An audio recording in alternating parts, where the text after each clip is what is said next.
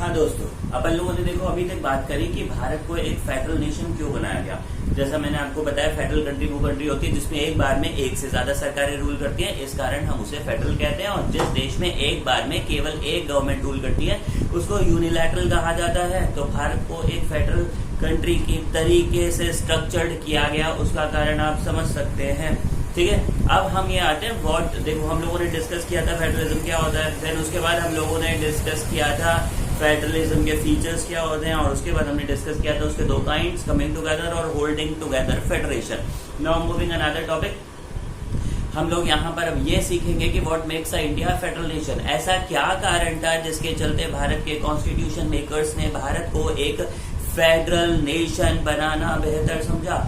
भारत को federal nation बनाए जाने के पीछे सबसे बड़ा कारण था भारत की कल्चरल डाइवर्सिटी।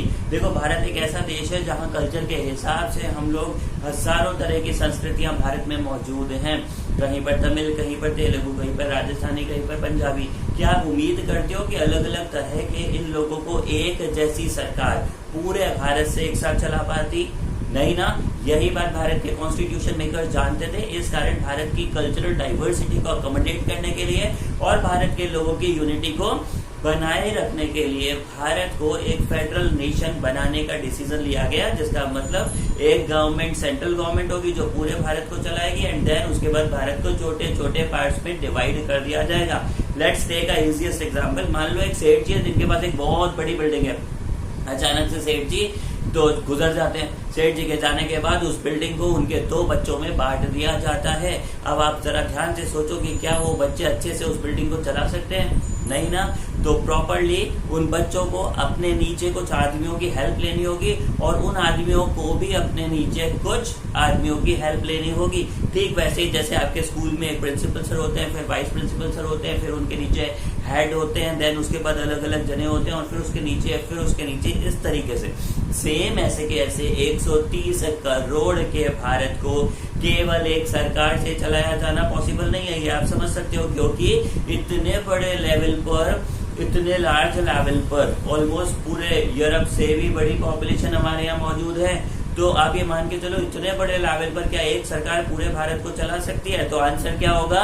नो। इसीलिए हमने क्या किया, पहले पूरा भारत लिया, देन वहां सेंट्रल गवर्नमेंट बनाई, फिर उसको छोटे छोटे स्टेट्स में डिवाइड किया जिनमें स्टेट गवर्नमेंट बनाई। फिर हर एक स्टेट, एग्जाम्पल के लिए राजस्थान 33 डिस्ट्रिक्ट में डिवाइड है।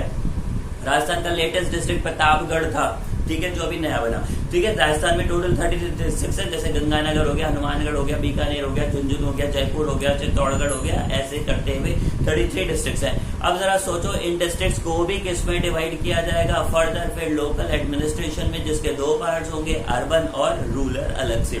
तो हम लोगों ने भारत को फेडरल कंट्री क्यों बनाया? आई होप समझ गए होंगे आप कि रीजन साफ है।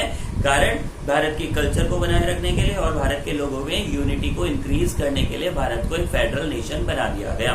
ठीक है, अब हम हमारे नेक्स्ट टॉपिक में ये समझेंगे कि किस तरीके से फेडरल और यूनिलैटरल अलग होते हैं और हमने भारत को यूनिलैटरल क्यों नहीं बनाया। देखो जी बच्चों, अगर पूरा भारत केवल एक सरकार से चला दिया जाता, अगर पूरा भारत केवल एक सरकार से चला दिया जाता तो उसको यूनिलैटरल बोलते। अब वही गवर्नमेंट सारे डिसीजन लेती, वही गवर्नमेंट सारे लॉ बनाती, वही गवर्नमेंट सब कुछ करती, तो उससे पंगा पैदा हो सकता था ना स्टेट्स और सेंटर के बीच में। इसीलिए हमने यूनिलैटरलिज्म अडॉप्ट नहीं किया। लेकिन यूनिलैटरलिज्म की कुछ अच्छी चीजें हैं, जैसे सिंगल सिटीजनशिप, यानी पूरी कंट्री में रहने वाले लोगों को एक सिटीजनशिप मिलती है। नंबर 2, सिंगल कॉन्स्टिट्यूशन, ठीक है। नंबर 3, ऊपर से नीचे तक इंटीग्रेटेड एडमिनिस्ट्रेटिव सिस्टम। इंटीग्रेटेड का मतलब ऊपर बैठे हुए बंदे के ऑर्डर कौन मानता है? नीचे बैठा हुआ बंदा। इस तरीके से इंटीग्रेटेड स्ट्रक्चर होता है। फास्ट डिसीजन लिए जाते हैं, जल्दी से एक्शन हो सकता है। मान लो भारत पे कोई दूसरा देश हमला कर दे तो भारत सरकार तुरंत डिसीजन ले सके। तो कुछ ऐसी चीजें थी यार जो फेडरलिज्म में बहुत अच्छी थी, जैसा मैंने भी आपको बताया, और कुछ ऐसी चीजें थी जो यूनिलैटरल में बहुत अच्छी थी। तो हमारे कॉन्स्टिट्यूशन मेकर्स ने क्या किया, उन्होंने कुछ फीचर्स फेडरलिज्म के लिए और कुछ फीचर्स यूनिलैटरलिज्म के ले लिए। इसी कारण भारत को कुछ पॉलिटिकल थिंकर्स ना तो फेडरल नेशन बोलते हैं और ना यूनिलैटरल बोलते हैं, बल्कि वो उसको क्वासी फेडरल बोलते हैं, as I already tell you in my previous video. ठीक है।